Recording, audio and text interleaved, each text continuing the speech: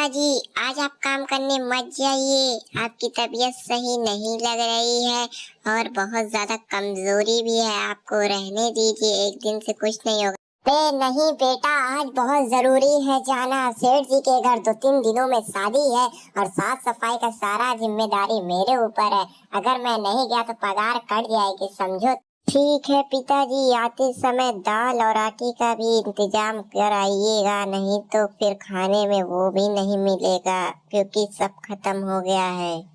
ठीक है बेटी, चलो कहीं न कहीं से मैं इंतजाम करता हूँ। मगर तुम्हारी माँ के जाने के बाद उनके अंतिम संस्कार में भी बहुत ज्यादा उधारी हो गया है और अब इन सबों में।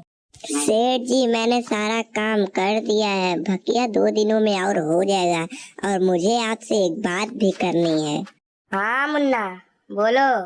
जब सारा काम हो गया तो तुमको मुझसे कौन सा काम है, बताओ। ओ सेठ जी, आप मुझे कुछ एडवांस दे दीजिए। जब आपका काम पूरा हो जाएगा तो आप महीने के आखिरी में मेरा पैसा काट के दे दीजिएगा। अभी बहुत जरूरत है पैसों की। ठीक है, पैसा तो मैं दे देता हूँ, जाकर मुनीम से ले लेना। लेकिन याद है ना, इससे पहले भी तुम ले चुके हो पैसा अपने बीवी के इलाज के लिए। याद रखना ये बात को। लो बेटा, देखो मैंने चावल की बोरी ला दी है और आटे की भी। अब जल्दी से तुम खाना बना दो, बहुत तेज भूख लगी है मुझे। ठीक है, वो सब तो ठीक है पिताजी, पर आप अपने सेहत का बिल्कुल ख्याल नहीं रख रहे हैं और दवा भी नहीं ले रहे हैं। अगर आप ही बीमार पड़ जाएंगे तो इस घर का क्या होगा, खर्चा कैसे चलेगा। वो बूढ़ा बाप अकेले बैठ के मन ही मन में सोचता है कि अगर मुझे कुछ हो जाएगा तो मेरी बेटी का क्या होगा। और जमाना इतना खराब है, मेरी बेटी तो जवान हो चुकी है। अरे बाबा, क्या आप मेरा एक काम कर सकते हैं? मेरी एक बेटी है, उसका रिश्ते का मुझे बहुत ज्यादा टेंशन हो रहा है। क्या आप कोई अच्छा सा लड़का देख के मुझे बता सकते हैं उसके लिए? हाँ बेटा, एक ऐसा लड़का है, मेरे ही बगल में रहता है। उसके माँ बाप नहीं है, अनाथ है और अच्छा है, शादी योग्य है और अच्छा कमाता धमाता भी है। बोलो तो मैं उससे बात करूं।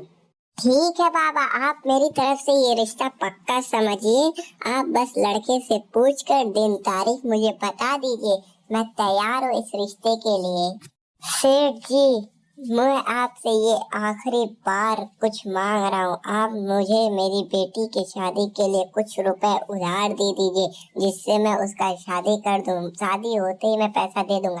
पहले का तो तूने दिया नहीं और अब तुझे फिर से चाह रहा है, और तेरी जिंदगी का कोई ठिकाना अब है नहीं, तो मैं किस चीज पे तुझे दे दूं।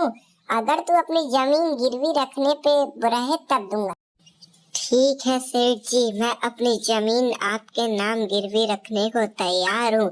यदि मैं मर गया ना चुकाने से पहले तो आप मेरी जमीन ले लीजिएगा। धन्यवाद।